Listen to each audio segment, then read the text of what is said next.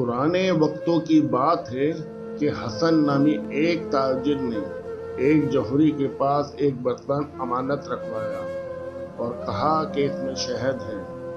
बर्तन में ऊपर और नीचे की तह में तो शहद था, लेकिन दरमियान में एक तह थी जिसमें अशर्फियां भरी हुई थीं।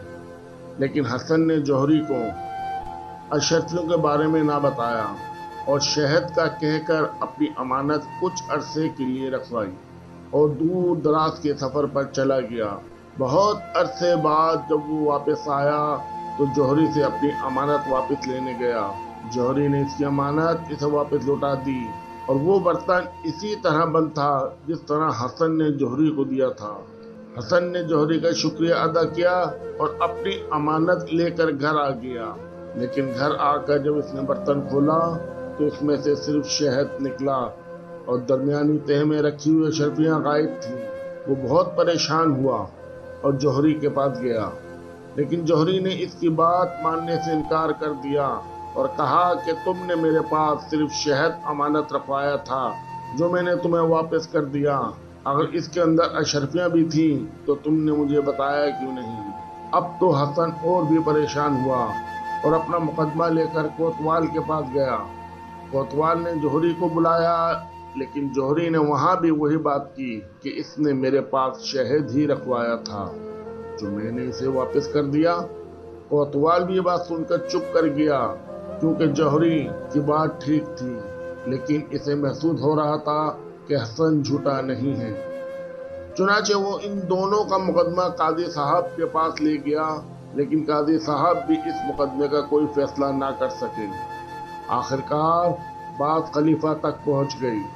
खलीफा ने भी सारी बात सुनने के बाद जौहरी के हक में फैसला दे दिया कि जौहरी ठीक कह रहा है। अगर बर्तन में शर्फियां थीं तो हसन को बताना चाहिए था। इसने शहद अमानत रखवाया था जो इसे मिल गया। हसन अफसुर्दा होकर खलीफा के दरबार से चला गया। सबको पता था कि हसन सच्चा है, लेकिन वो इस अजीब व गरीब मुकदमे का फैसला करने से कासिर थे। कुछ दिन गुजरे कि खलीफा बेहद बदल कर अपनी आदत के मुताबिक शहर का जायजा लेने निकल गया। एक जगह इसने कुछ बच्चे खेलते देखे, जिनमें से एक खलीफा बना हुआ था, एक जौहरी और एक हसन, और वो इसी मुकदमे के बारे में बात कर रहे थे। खलीफा रुक कर देखने लगा।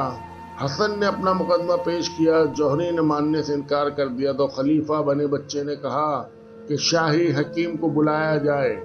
एक बच्चा शाही हकीम के रूप में आया। खलीफा बने बच्चे ने इससे कहा कि इस शहद को चख कर बताओ कि कितना पुराना है। शाही तबीब ने चखने के बाद कहा कि ये शहद ताज़ा है, यानी ज्यादा अरसे पुराना नहीं है। खलीफा बने बच्चे ने जौहरी बने बच्चे से कहा कि तुमने इसका बर्तन खोला था और शहद निकाला था।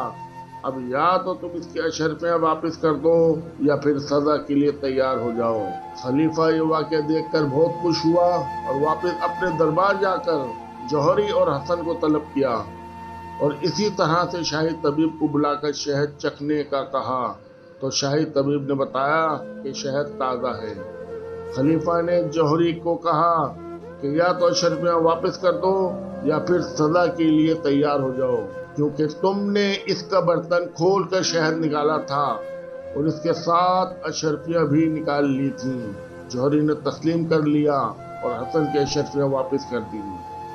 यूं एक बच्चे की दहानत से एक मुश्किल मुकदमे का फैसला हो गया।